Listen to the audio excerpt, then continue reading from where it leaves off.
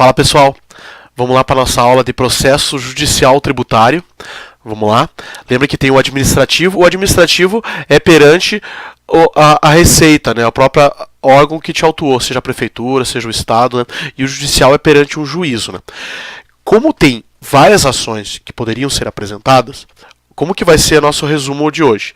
Vai ser as 4 principais que vocês vão conviver mais, pessoal. Vamos lá então para a primeira. A primeira é a execução fiscal. Teve lá o lançamento de ofício e você não pagou. O que o fisco vai fazer? Ele tem que executar judicialmente. Então, a execução fiscal é a cobrança judicial do auto de infração. Digamos que você queira apresentar uma defesa. O que o contribuinte precisa fazer? A garantia integral da dívida. Precisa ou oferecer um bem que dê o valor da dívida, e nesse bem não é simplesmente assim, apresentei um bem, um carro lá, e daí eu apresento a minha defesa. Não é tão fácil. Porque se você apresentar um carro, o carro ele desvaloriza no tempo, e essa ação de execução demora um tempão. Então, ainda o fisco, pode ser que ele não queira esse carro. Por quê? Se o fisco percebe que a empresa tem recursos, ele sempre vai preferir dinheiro. Sempre vai preferir dinheiro. Então ele sempre vai querer o depósito integral da dívida, porque daí dinheiro é mais fácil, não precisa vender, entendeu? Não precisa converter em renda depois no final. Entende que vai ter que fazer leilão de carro, essas coisas. E o dinheiro não, é só levantar e pronto, acabou. Então, prepare-se, numa execução fiscal é muito comum você ter dinheiro. Existem outras modalidades também que o pessoal compra garantia em banco, mas isso daí é muito caro, pessoal. Tá? Apresentando a garantia, vai abrir prazo para você apresentar embargos à execução fiscal, que não é, você vai ter que desconstituir esse auto de infração judicialmente, mas já digo que não é tão simples assim, né? Mas enfim, é a tua oportunidade, porque você já teve a oportunidade antes, né, de administrativamente, né, e o fisco ainda teve que ir contra você para pagar, porque caso contrário você não pagaria. Então, quem entra com a ação geralmente entra mais o dono da verdade, né? Então você numa defesa de embargos da execução fiscal não já pense que o juiz vai olhar melhor para a execução. Mas enfim, não são raros também os casos que o contribuinte consegue ganhar a título de embargos de execução. Então, você precisando discutir esse débito porque é um caso injusto mesmo, apresenta embargo de execução e traga todos os teus argumentos para o juiz analisar ele com calma e tendo direito você vindo a vencer essa demanda jurídica, né?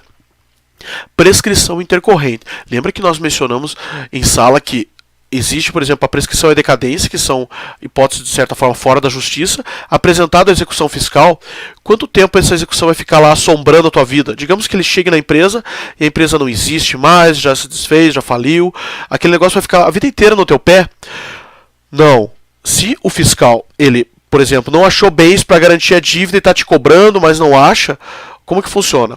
Ele tem 5 anos para se manifestar. Se o processo, porventura, ficar 5 anos parado, porque não consegue dar andamento, porque a empresa não existe, não tem mais bens, entendeu? Acabou, em 5 anos ele prescreve de forma intercorrente. O que acontece? Ele ficou parado tanto tempo que não vai ficar mais aqui entulhando a justiça. O juiz vai arquivar definitivo. Tá? Então é a prescrição intercorrente numa execução fiscal. Vamos para a próxima modalidade. Esse daqui é muito comum, pessoal. Quando chega um advogado para vocês lá oferecendo aquelas teses jurídicas lá, a exclusão do o ICMS da base de cálculo PIS/COFINS, mandado de segurança. Quais são as características? Direito líquido e certo. Você de fato tem que ter um direito líquido e certo. Tem que estar certo, tem que estar verdadeiro. O negócio tem que ser, é isso. Eu tô sofrendo com isso e eu não deveria sofrer com isso. Né? O ato lesivo ou a ameaça ao direito do contribuinte. Né? O fisco está na iminência de me autuar. Ó, eu não devo esse tributo e o fisco está na iminência de me autuar. Entendeu? Mandado de segurança, eu preciso trazer toda a matéria probatória, porque não vai ter fase de audiência, não vai ter testemunha, não vai ter nada. Entendeu? Ou você traz tudo, ou vai perder. Entendeu? Então você precisa estar muito seguro do que você está pedindo. Qual que é a vantagem do mandado de segurança? Como ele é um remédio, digamos, constitucional, assim, que você chega com uma violação da justiça, de um direito seu, né? Se você vier a perder, olha a vantagem, não vai pagar sucumbência, que é aqueles honorários do advogado. Então isso daí é um atrativo para discutir questões na justiça de tese. Porque no máximo você vai ter que pagar lá os honorários que você contratou com o teu advogado, se perder não vai ter que pagar honorários para o fisco, né? O que tem no mandado de segurança? Na hora que o juiz olha pela primeira vez, ele pode conceder uma medida liminar afastando a injustiça, né? Que é uma decisão imediata. que antes era mais comum, hoje não é mais tanto você conseguir uma medida liminar. Por quê? Porque tem muitos casos que se você porventura quiser afastar um tributo, ele também pede que seja depositado. Tá? Mas enfim, o juiz pode conceder liminarmente, afastando, digamos, o direito, a obrigação de você recolher o imposto. Se ele entender isso, você não precisa pagar até terminar a decisão. No final da primeira instância tem o recurso, a sentença, que o juiz finaliza a análise de primeira instância, concedendo ou não, no caso, a segurança que você pediu, né, o reconhecimento ali. Cabe recurso aos tribunais de segunda instância. Estadual, aqui nós temos o Tribunal de Justiça, que no caso é estadual e municipal, Tribunal de Justiça do Estado. E no federal, aqui da nossa região sul, nós recorremos para Porto Alegre, no TRF4, né? E por fim ainda cabem dois recursos, que é o recurso especial ao STJ, extraordinário, lembrando que o especial julga antes, na sequência o STF, até porque o STF, o extraordinário no STF, porque é a última palavra, né? Terminando aí, de certa forma, recursos grandes assim não cabe mais, daí julga definitivo a sua ação. Vamos lá para outra ação, que é a ação declaratória, pessoal. Digamos que você de fato tenha direito de uma determinada situação que você não quer recolher o tributo. E não teve o lançamento ainda, não teve o auto de infração. Você acha que tem razão numa questão. Você precisa dizer para o fisco, para o juiz isso, né? Para que o fisco determine que o fisco não faça autuação. Né? Só que uma coisa, qualquer particularidade da ação declaratória, né? Digamos que você... Por que você não entra como dado de segurança? Porque nessa declaratória eu tenho que mostrar para o juiz uma situação fática.